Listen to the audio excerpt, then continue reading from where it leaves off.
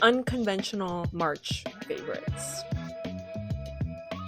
You might be wondering, what is an unconventional March favorite? Unconventional because today I don't want to talk about things that you have to go out and buy. I did a video like this in January talking about products, but I thought it'd be kind of fun just to talk about some concepts and things that I'm practicing this month. None of these are new ideas, just putting this on your plate again, reminding you of what's out there. Unconventional March favorites. Number 1, going to bed early. I used to go to bed in high school at like 2 a.m. Even in college, 3 a.m. And I feel like, again, this is another prefrontal cortex moment. Why? I could go on, even as a non-scientist, about why that is so bad for you. But the thing that convinced me was I saw this video about someone who was trying to wake up at 5 a.m. In the video, they said, there's nothing that you can't do at night that you can't do in the morning. And that just flipped a switch for me. Anything that I feel compelled to do late at night, I could easily just go to bed and wake up and do it in the morning after a good night's sleep,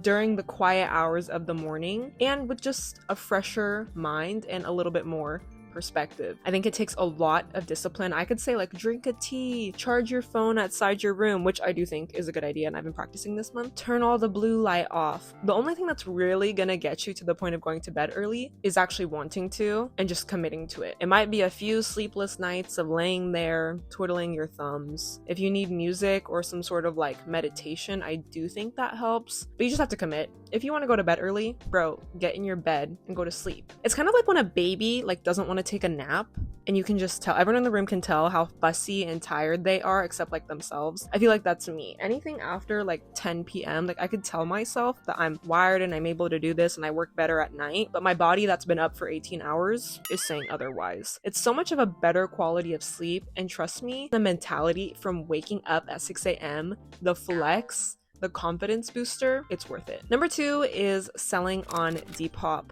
I feel like I have had such a liberating experience being able to do that. I know there's better platforms or whatever you may use to help me get rid of a lot of items, just clear my mind, and it's fun to just kind of have a little shop and feel productive in that way. Number 3, I've loved layering. I really like this video by Ruby, or Daughter of a Hoarder. I think it was so cool just to watch her revive her closet and give life to some of her pieces just by styling them different, which is what I've done today. You can't really see because I'm laying down. Layering like a tank top or a long sleeve under a tank top, a short sleeve. 1, it keeps you so warm, and 2, it's just a fun way to like spice up your outfit, play with silhouettes, but still use basics and the items that you already have. Next, for styling, I've loved wearing just one earring. I have a lot of like piercings on my ears, and I think like the stacked piercing look is really cute, but when it comes to like the front lobe, I think it's been so fun and elegant just to wear one earring each, which is not a new concept, but I was really into like the maximalism, and I still like that every once in a while, but just like the one single hoop I think is so cute. I have this pair here. I love like the detail on it and just the different like textures in it. I think it's really fun. I also love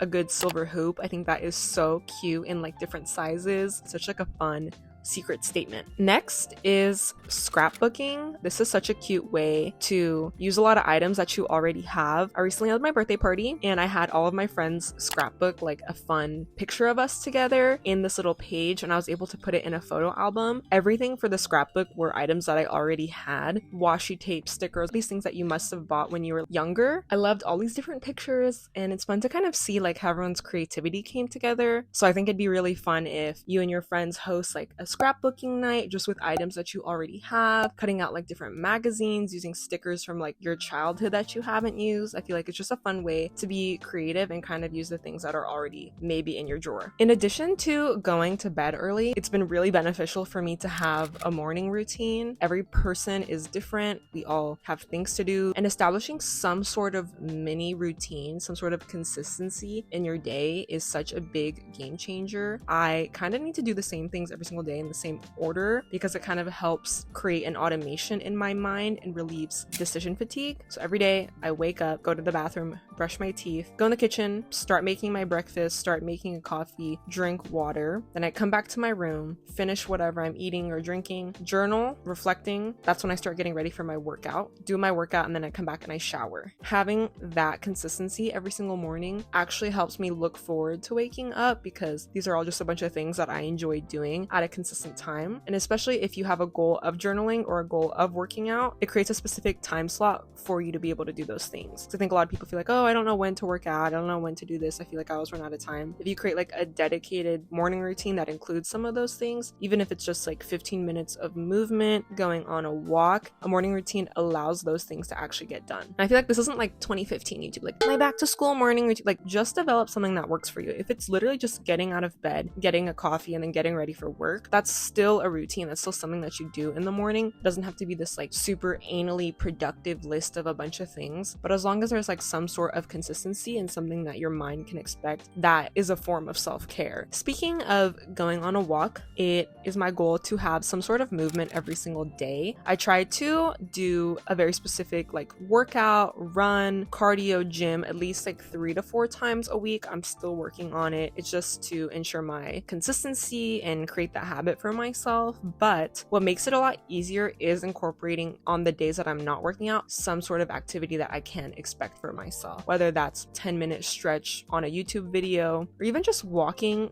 for literal 5 seconds around my neighborhood. Just helps kind of relieve that pressure of like sitting all day. It helps me just like breathe fresh air, see the sun, just take that time to be agile and move even outside of a workout. I feel like that creates like a healthy balance of movement and activity that isn't associated so much with like performance or a specific like physique or look. The next thing is learning how to do my hair. I've loved being able to kind of like experiment with a few different heat tools. One of the goals I made this year was to learn how to do my hair with the things that I already have, learning how to give myself a blowout, watching a few videos, having some trial and error, testing it with the curling iron off, and even developing a better hair care routine to just ensure like I have strong, healthy hair. I've also really been enjoying going to the library and getting a few books. This is currently what's on my TBR. I have The Love Interest by Claire Gilmore. We follow a girl named Casey and a project that she has to work on at work. She's really math smart, very numbers focused, and she's paired with this guy named Alex who has a little bit of a different personality of hers, and they have to collaborate on this project. It's a fun read. It is one of Haley Pham's 5-star books. For some reason, I just like cannot get into it right now.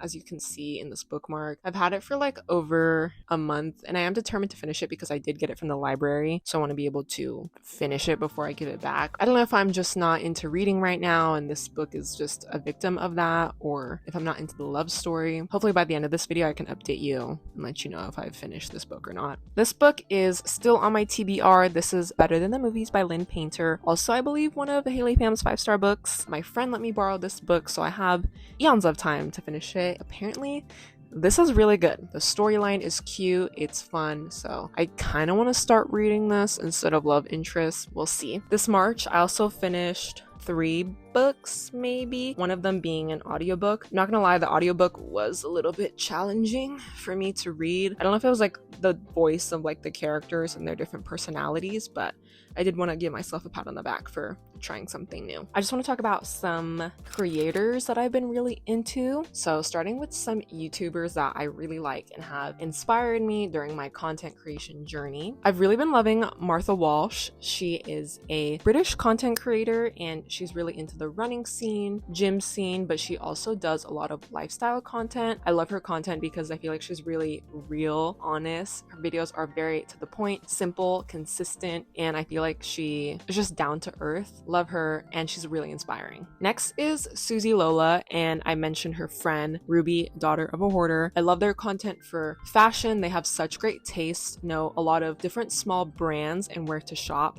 Good reviews if you're looking for a specific item or a specific vibe. I feel like they do very thorough clothing haul reviews and for specific brands and different concepts that they like. Next is Danny Lee. She just started creating YouTube videos in the last year, I want to say. She used to post more on TikTok. Her content is just really good if you are into making videos, learning the basics, and just kind of following her 20-something life. She recently just posted videos on job hunting, matcha stuff, cleaning her room. She's very aesthetic, which also makes it inspiring, but at the same time, she's also just another girl living her life. I also love her because I feel like she's so smart. She really knows her stuff about film equipment, job hunting, corporate world, but also just the fun stuff like matcha and Smiskies and different fun DIYs. The next, I already said her, but Haley Pham. I've been watching her since I was very, very young, and I love to see how her content has transitioned and even how her relationship has matured, obviously being in a marriage. She is loved for her book content, which has inspired me to start reading and obviously given me a plethora of book reviews. I also feel like her videos are just so good at storytelling and actually like taking the viewer through her day and kind of like what's on her mind for that video. Also feel like it's very inspiring, it's very fun and lighthearted. When I watch her videos, I just feel like so free, happy, excited, motivated. I feel like it's fun content and just easy to watch. And the next and last, most recently, is Your Mom Ashley, or Ashley Alexander. I just love how widespread her content is. I feel like she does a little bit of everything. I love her like business series and her just showing what it's like to run a small business, her vlogs, her daily life. I recently just watched her workout routine. I feel like it was really informational and just really well done. I feel like she's also very smart. She eats vegan, which is a similar diet to me, and is overall just inspirational.